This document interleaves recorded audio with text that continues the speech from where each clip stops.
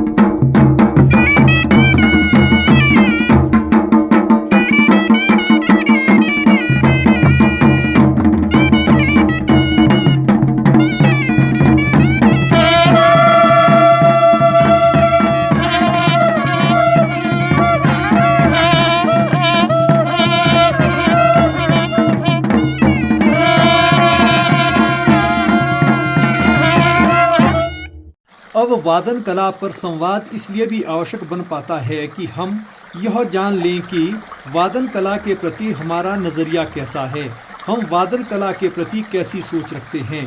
वादन कला देव पूजा के लिए क्या जरूरी है, इसका संक्षिप्त सार कुछ इस प्रकार बन पाता है। वादन कला अर्वाचीन नहीं है। वादन कला का संसार भी आदिकाल से चला आ रहा है। सनातन धर्म में तो संगीत को मां सरस्वती के वरदहस्त के साथ जोड़कर देखा जाता है। कई स्थानों पर शिव के नटराज स्वरूप से तांडव नृत्य सहित अनेक कलाओं की निष्पत्ति मानी जाती है। उद्धाम संगीत पर तो पाश्चात्य विद्वान अरस्तु ने विरेचन का सिद्धांत ही रच डाला था। यह भी लोक मान्यता है कि देव दुंदुभी से देवता प्रसन्न होते हैं। आद्य ग्रंथ महाभारत के आदि पर्व में लिखा है कि देवता संपूर्ण लोकहित तथा नकारात्मक ऊर्जा से मलिन दुराचारियों के भय, संताप और पीड़ाओं से छुटकारा दिलाने के लिए वसुंधरा पर अवतरित होते हैं।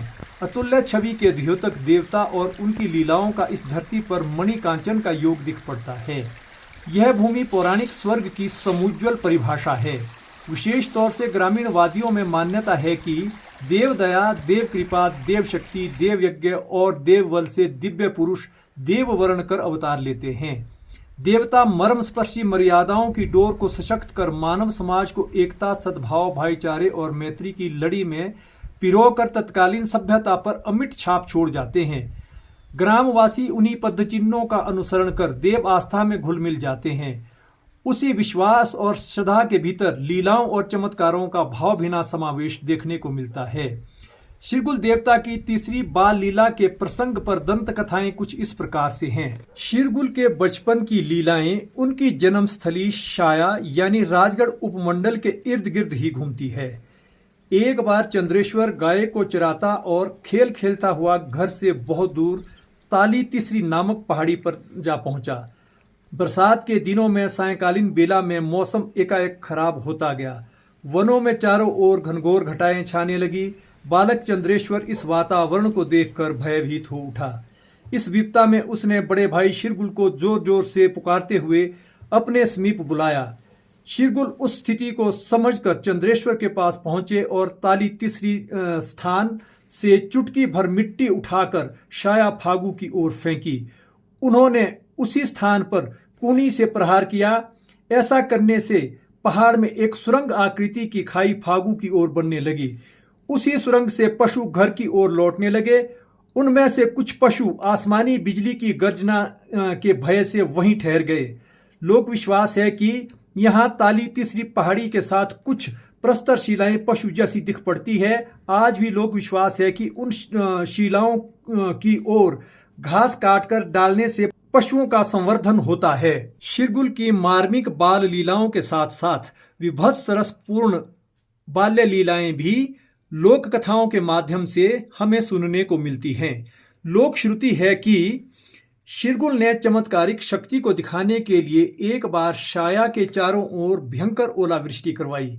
करण श्रुति है कि ओलों की मार से वनस्पति के साथ साथ पेड़ पौधे तक छिन्न भिन्न हो गए थे।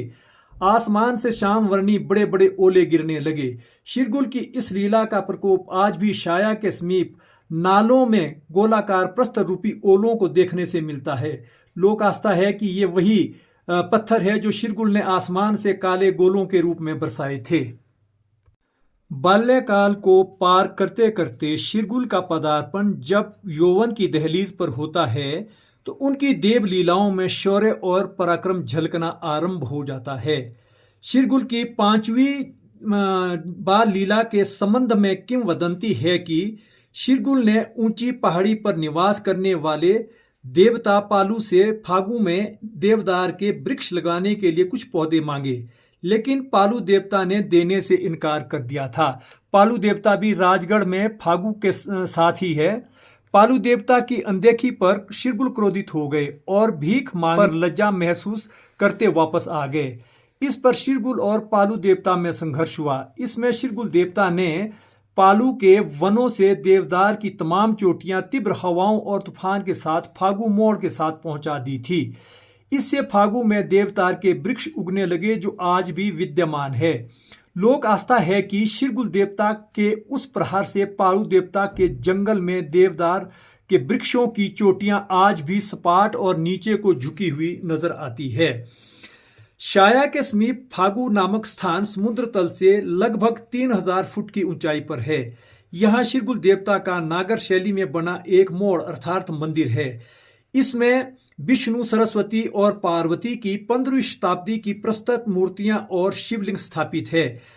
अब यह मोड़ ग्रामवासियों ने खोल दिया है, अब इसकी मुरम्मत होनी है। शिरगुल की रोचक और आस्थामयी बाल लीलाओं में पालू देवता के साथ शक्ति प्रदर्शन की देव लीला का भी लोकमानस में यह खासा प्रचलन रहा है। शिरगुल देवता की 6वीं बाल लीला में लोक गाथाओं के अंतर्गत वर्णन मिलता है कि शाया शिरगुल की क्रीड़ा स्थली के नाम से मशहूर रही है। फागु नाला केवल पत्थरों और सूखापन को दर्शाने वाला दृश्य ही प्रस्तुत करता था। शिरगुल अपने शैशव काल से इस क्रीड़ा भूमि में पले तथा बड़े हुए। यहाँ जल का अभाव रहता था। शिरगुल ने दैविक चमत्कार के प्रभाव से इस नाले में जल स्रोत प्रभावित करवाया। यह जल रूपी प्रवाह उस नाले में आज भी देखा जा सकता है।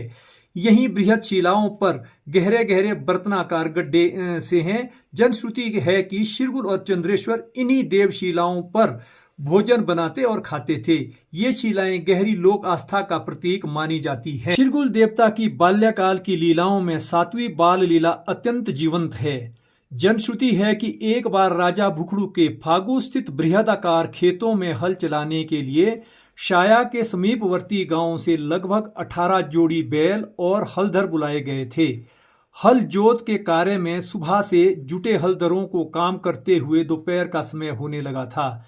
मामी ने खेत में पानी तक भी नहीं भेजा था। काम और भूख से व्याकुल हलधरों और बैलों के दम रुकने लगे थे। मामी जब दोपहर का भोजन लाई तो शिरगुल और उसके भाई चंद्रेश्वर को सूखे सत्तू खाने को दे दिए। शिरगुल ने सत्तू खाने के लिए ज्यों ही पानी मांगा। इस पर मामी ने शिरगुल को आंखें दिखाकर चुप करवा दिया और कहा कि अगर तुझ में इतनी शक्ति है तो अपना पानी स्वयं निकालो। इन कठोर शब्दों को सुनकर शिरगुल अति क्रोधित हो उठे। उन्होंने जोर से अपने पांव की एड़ी खेत पर मारी और देखते ही वहां से जल की अजस्त्र धारा बहने लगी। उस जल को पीने के लिए बैल और हलधर सब इकट्ठे होते गए। हलधर प्यास बुझाकर हैरत में पड़ गए कि सूखी धरती शिरगुल पर कैसे पसीज गई। इस चमत्कार को देख मामी वहां से दबे पांव भाग निकली। इतने चमत्कारिक खेलों के बावजूद मामी के अंतर्मन की चेतना जागृत नहीं हुई।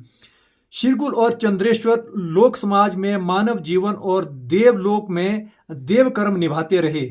यह दोनों बालक ननिहाल में दत्तचित होकर मामा मामी की गृहस्थी को चलाने में लगे रहते थे। वे कर्तव्यनिष्ठ होकर मामा की भेड़ बकरियों और पशुओं की सेवा में बरबस लगे रहते थे। फिर भी वह मामी बिल्कुल भी उन्हें पसंद नहीं करती थी। सृष्टि की विडंबना को भला कौन जानता था। यह सब प्रारब्ध में कर्मों का खेल था। ब्राह्मणी मामी उन बच्चों से डांट फटकार कर कार्य लेती थी।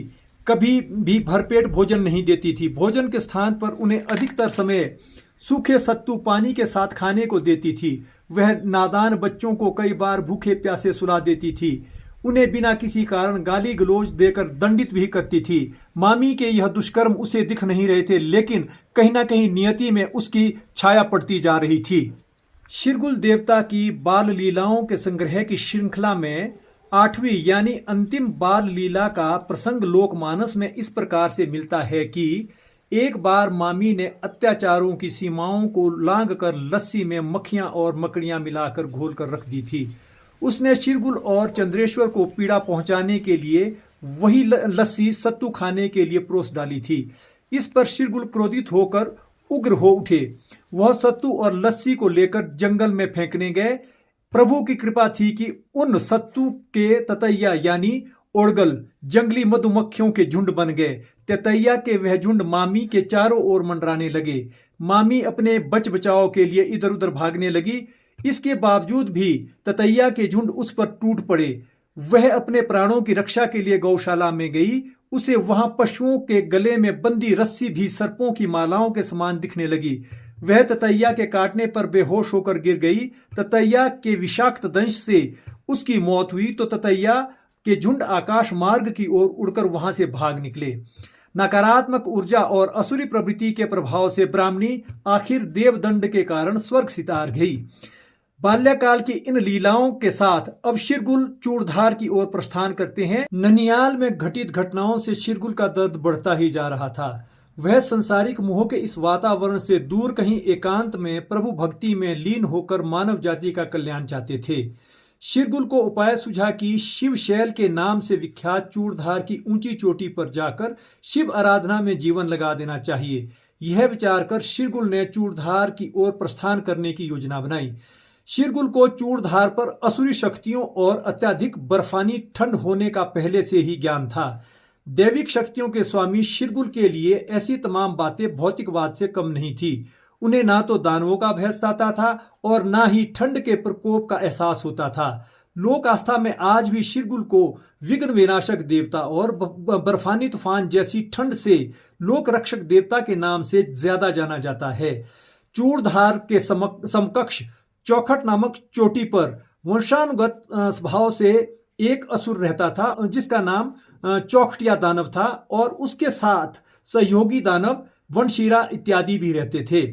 वनशीरा का अर्थ बिना सिर के राक्षस से लिया गया है। इसका जिक्र a glossary of the tribes and caste of Punjab and north west frontier province by Sir Denzil Ibbotson and Mr. E.D. McLagan and compiled by H.A. Rose volume 1 page 296 पर भी इसका जिक्र किया गया है। वनशीरा का तात्पर्य यह है कि बिना सिर का राक्षस जिसकी लोक श्रुति और लोक कथा इस प्रकार से सुनने को मिलती है कि एक बार चूड़धार के जंगल में भेड़ पालक को संजीवनी बूटी मिली। संजीवनी बूटी के बूते भेड़ पालक ने सबसे पहले अपनी भेड़ की गर्दन काटी और संजीवनी बूटी लगा करके उसे पुनर्जीवन दे दिया।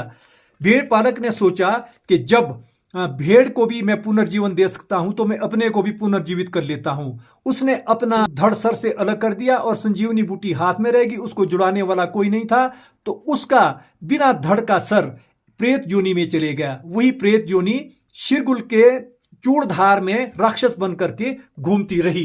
पृथ्वी पर देवता और दानव होने की पुष्टि हिंदुओं के आदि ग्रंथों में भली भांति हुई है।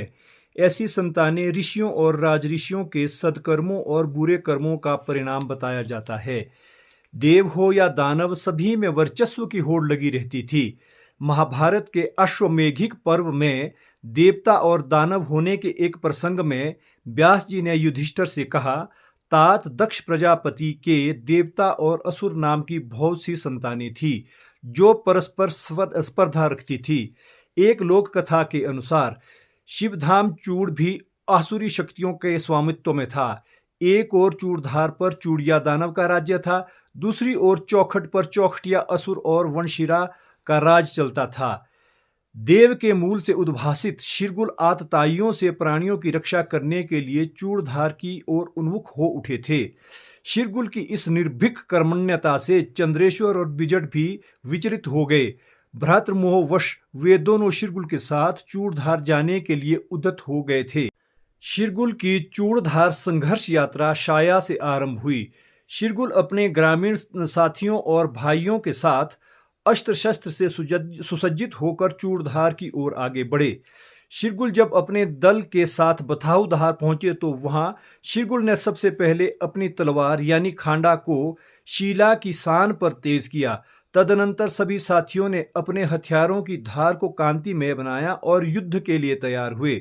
बथाऊधार पर शिरगुल और उनके दल ने जिस शिला पर आयुधों को परिष्कृत किया था वह कालांतर में बेलकर पॉल के नाम से प्रसिद्ध हुई। यह शिला लोकमानस में आज भी शिरगुल की स्मृति का प्रतीकात्मक बिंब माना जाता है। चूड़धार यात्रा पर जाने वाले यात्री इस शिला पर फूल चढ़ाकर नमन करते हैं। यहाँ से शिरगुल और उनके सहयोगी नागन, टोफीधार, सोइरो, बांगापानी आदि स्थानों से पद यात्रा करते हुए सरांटी पहुंचे। इसी सरांटी में चूड़िया दानव की चौकस चौकी पिंगला नामक असुरी रण में चलाई जाती थी। यहाँ शत्रुओं के प्रवेश होने की सूचना राक्षसी शंखनाद करके चूड़िया दानव को देती थी। सरांटी में दोनों दलों के मध्य घमासान युद्ध हुआ। इस युद्ध में पिंगला के विकराल रूप को देखकर शिरगुल के साथी भयभीत होने लगे। वंदनीय देव शिरगुल महाराज की लीलाओं और चमत्कारों की जो अमिट छाप उस युग पर रही है उसकी लोक कथाएं अब आपको क्रमवार सुनाई जा रही है। शिरगुल ने पिंगला राक्षसी के माया जाल को भली प्रकार समझकर सबसे पहले उसकी स्थूल काया को मानव आकृति में बदल डाला। वह राक्षसी भी शिरगुल के देवत्व से प्रभावित होकर घबराने लगी और इन घटनाओं की सूचना चूड़िया दानव तक पहुंचाने के लिए शंखनाद करना चाहती थी। करण श्रुति है कि पिंगला राक्षसी ने जब शंख उठाने के लिए हाथ बढ़ाए तो शिरगुल के चमत्कार से पहले तो शंख और बाद में पिंगला राक्षसी शीला में परिवर्तित हुई। यहीं सरांटी पिंगला राक्षसी के नाम से जाने जाने लगी। इसके बाद शिरगुल अपने साथियों के साथ स्तामू नाला, जौ लहसनटीवा, हलाना, जुब्बड़, बहरोग आदि से होकर तीसरी पहुंचे। यहाँ पर यह सभी साथी एक गुफा में रात्रि विश्राम के लिए ठहरे। भूख और प्यास से व्याकुल शिरगुल के सैन्य दल पर एक सर्पणी का कहर टूट पड़ा। यह गुफा वास्तव में उस चिति यानी सर्पणी की ही थी जिसमें शिरगुल के तमाम साथी चिति के प्रचंड रूप को देखकर गुफा छोड़कर भागे। चिति की विशैली फुंकार के सामने एक भी न टिक पाया। यहाँ भी शिरगुल ने अपने ओजस्वी देव शक्ति का परिचय देकर चिति को खांडे अर्थात तलवार के साथ मार गिराया। उसकी सर्पमणि को छीनकर विष को भस्म किया। यह सब होने के बाद शिरगुल अपने साथियों को गुफा में वापस बुलाने गए। रात्रि कालीन बेला में बृहद अलाव यानी अग्नि जगाकर सब ने मिलकर रात्रि का समय व्यतीत किया। चूड़धार पहुंचने के लिए शिरगुल को यहाँ तीसरी रात्रि ठहराव करना पड़ा। तभी से इस स्थान का नाम तीसरी हुआ प्रतीत होता है। इस संबंध में लोक कहावत भी मशहूर है कि भूख जाले बिसरे ताली लामे तीसरे। लोक श्रुति है कि चूड़िया दानव को इस तीसरी नामक स्थान तक मनुष्य के पहुंचने की सूचना मिलते ही वह सतर्क हो गया। शिरगुल का सैन्य जत्था हुड़ौरी कवाली 12 द्वारी अर्थात 12 दरवाजों को लांग कर चूड़धार लिंगोरा टीम्बा जा पहुंचे। चूड़धार पर चूड़िया दानव और शिरगुल के बीच घमासानी हुआ। शिरगुल ने वज्र प्रहार से दानव की काया को भस्म किया। लोक विश्वास है कि इस युद्ध में शिरगुल के तांडव और भयंकर करकाकोंद ने चूड़धार को हिलाकर रख दिया था। इस युद्ध में चूड़िया दानव का संहार कर शिरगुल ने चूड़धार पर देव विजय पताका फहराई। इसके पश्चात शिरगुल ने चूड़धार पर दैनिक पूजा के लिए एक शिवालय का निर्माण करवाया। इसी मंदिर में शिरगुल ने जल की सतह पर प्रस्तर शिला पर शिवलिंग की स्थापना की। इसी मंदिर में शिरगुल शिव स्तुति करते करते शिवलोक में निमग्न हो गए थे। यह भी कर्ण श्रुति है कि यहीं पर शिरगुल को शिवत्व हासिल हुआ था। चूड़धार से असुरी भय समाप्त कर शिरगुल ने चूड़धार को लोकमानस में आराध्य देव स्थली बनाया। यहाँ शिरगुल द्वारा की जाने वाली प्रातःकालीन और संध्याकालीन पूजा पर शंख ध्वनि सुदूर पहाड़ियों और मैदानी क्षेत्रों तक सुनाई पड़ती थी। शिरगुल दैविक लीलाओं के प्रभाव से अन्य स्थलों पर किए जा रहे देवबंदन की ध्वनि भी एकदम सुन लेते थे। यहाँ पर शिरगुल द्वारा शिव साधना से चूड़धार धार्मिक स्थली के रूप में उभरने लगी। इस ब्लॉग में इतना ही। शिरगुल की दिल्ली यात्रा और चमत्कारों पर क्रमवार कहानी आपको अगले ब्लॉग में सुनने को मिलती रहेगी। यह ब्लॉग आपको कैसा लगा कमेंट बॉक्स में अपनी राय अवश्य दें और चैनल को सब्सक्राइब करें। शिरगुल देवता की लीलाओं और चमत्कारों पर आधारित यह कहानी अगर आपको अच्छी लगी हो तो वीडियो को लाइक करें और शेयर करें।